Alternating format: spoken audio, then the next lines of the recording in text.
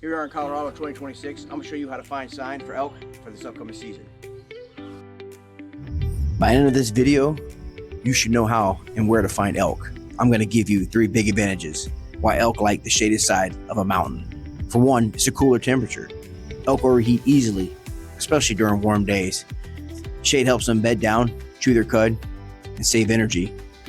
Number 2 is better cover. Shaded slopes often have thicker timber, north-facing benches, dark pockets, and broken shadows that help elk stay hidden from hunters and predators. 3, moisture and feed. Shaded sides hold moisture longer, so grass, forbs, tender plants can stay greener later. That gives elk food close to bedding cover. Okay, I've given you 3 things now: cooler temperatures, better coverage, moisture and feed when it comes to elk, and why they like the shaded side of a mountain.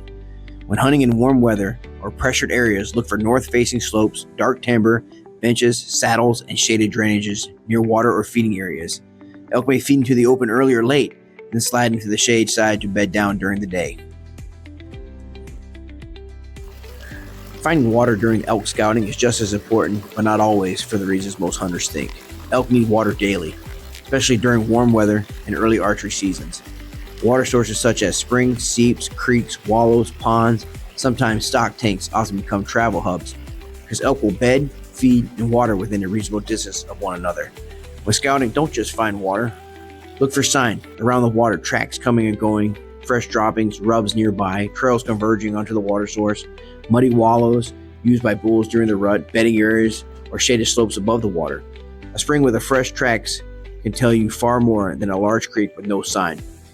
In many western areas, water can be plentiful, so elk may use multiple sources in drier counties. However, limited water can concentrate elk and become a major piece of the puzzle.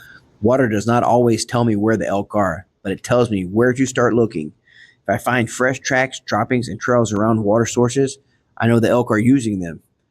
From there, I can start connecting bedding areas, feeding areas, and travel routes. Now, when you are climbing a mountain scouting for elk, you're trying to answer one question and one question only. Why would an elk want to be here? I'm going to give you 7 key things to look for. Number 1, fresh sign. Traces, droppings, the fresher the better. Rubs on trails, wallows during the rut, beds in timber. Fresh sign always beats, and I mean always beats, a good looking habitat. Bedding cover. Elk love places where they can feel safe. North facing slopes, shaded slopes, dark timber, benches, and steep hillsides. Thick pockets of cover, areas with good wind advantages. Feed. Look for them meadows, open parks, burns with new growth, south facing slopes with grasses and forbs, logging cuts with regeneration. When looking for water, pay attention to the springs, the seeps, the small creeks, the ponds, and the wallows. Remember, a small hidden spring often gives elk more of an advantage than a large creek. Travel corridors. Elk are efficient travelers. Saddles between ridges, benches that wrap around mountains, finger ridges, well-worn trails, low spots crossing ridges, saddles, valleys. All these things are good travel corridors. Vantage points. Every time you gain elevation, stop and glass.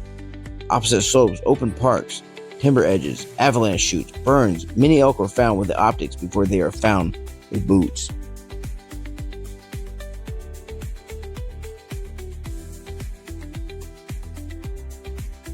How funny is this though? Hunting pressure. Look for signs of people, ATV tracks, camps, trailheads, popular hiking trails. Often, but not always, the best elk sign is a mile beyond where most hunters stop. A simple rule of suggestion, or whatever you want to call it: when you find food, water, cover, and fresh sign all within the same area, when those 4 things come together, you have found a place worth spending more time. If I could give a new elk hunter one piece of advice, make it this. Randy Newberg said it best: elk are where you find them, not where you think they should be. Too many new hunters, myself included, spend their entire trip hunting a map, a YouTube video, or someone else's waypoint instead of hunting fresh sign. Find fresh sign and trust it. Cover ground till you find elk. Don't spend 3 days in an area just because it looks good. Remember, sign is more important than any terrain. If you're not finding sign, relocate. Play the wind every single time. Elk can tolerate some noise, but they won't tolerate your scent. Slow down when you're an elk. Many hunters move too fast and walk right past elk. Once sign gets hot, hunt with your eyes more than your feet. Be mentally tough. Elk hunting is more of a mental challenge than a physical one. Most hunters quit an area of minutes before finding elk. Don't chase bugles blindly. Have a plan. Use the wind and terrain to your advantage. I'll put it this way. The biggest mistake new elk hunters make is hunting where they think elk should be instead of hunting where elk actually are. Forget the map, forget last year's stories, and focus on fresh sign. Tracks, droppings, rubs, and good wind will tell you more than any waypoint ever will. Stay focused. You got this. You have more on, well, no, you got a lot on the pocket. that's funny.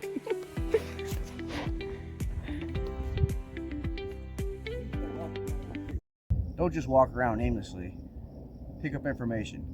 Gather things that are going to help you in the fall. Have a plan. Know where the animal's going to be at.